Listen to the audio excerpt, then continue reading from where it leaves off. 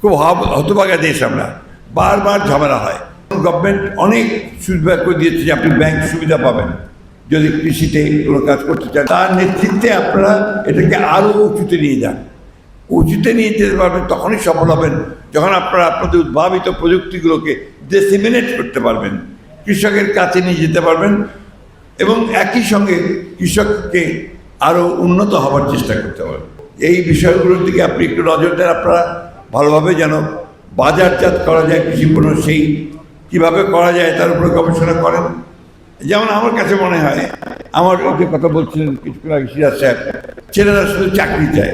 আমি আরেকটা জিনিস দেখি, ঠিকাদারি করতে চায়, ওদের ডিপার্টমেন্টে ঠিকাদারি করবে। আমি বলছি ওসব বাদ দিয়ে তোমরা ব্যবসা করো না, যে কথা আপনি বললেন, ছোটো ছোটো উদ্যোক্তা হও।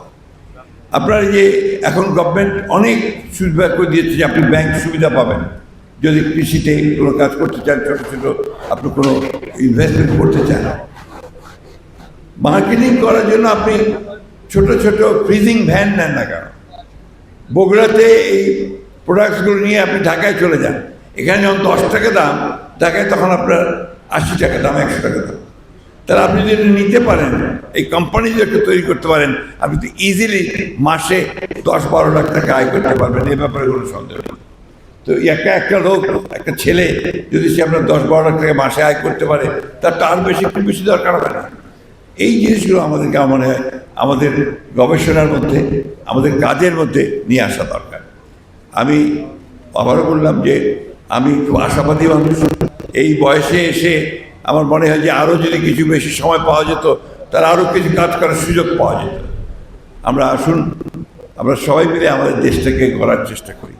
খুব হতভাগা দেশ আমরা, বারবার ঝামেলা হয়। এই আসে একবার আমাদেরকে আসলো, সবাই ভাবলো 10 টাকা সে চাল খাওয়াবে, একদম সোনা বানিয়ে দেবে দেশটাকে, ঠিক না? অথচ 15-16টা বছর ধরে এমন লুট করলো। আমি যখন আপনার 17 বছর পরে আমার এলাকা থেকে গ্রামে গেলাম, গিয়ে দেখি একটা রাস্তাও নাই, স্কুলগুলো ভেঙে পড়ে যাচ্ছে। তাহলে 17 বছর ধরে করলোটাকে। পরে খোঁজে দেখছি বিভিন্নভাবে যে আমাদের এজিডিতে পিরোজপুর বলে একটা জেলা আছে, আপনার জানেন, নাম জানেন সবাই, সেখানে 3,500 কোটি টাকার একটা প্রজেক্ট, একটা ইট বসে নেই, কাগজের কলমে 3,500 কোটি টাকা লোপাট। এই কাজ করে গেছে গত সরকার, আওয়ামী লীগ সরকার। তো এইগুলোকে বন্ধ করে দিয়ে আজকে আমাদেরকে কাজ করে সামনের দিকে যেতে হবে। আমরা ঝগড়াঝাটি কম করি, ঠিক আছে, আপনার পার্লামেন্ট হয়েছে, পার্লামেন্টে ডিবেট করি, রাস্তায় আন্দোলন অনেক হয়েছে, এখন একটু কম করি, করে দেশটাকে উপরে টেনে তোলার চেষ্টা করি।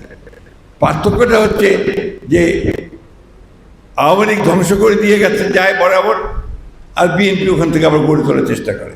যখন গড়ে তুলে একটা জায়গায় নিয়ে যায়, তখন আবার সেটাকে ফেলে দেওয়া হয়।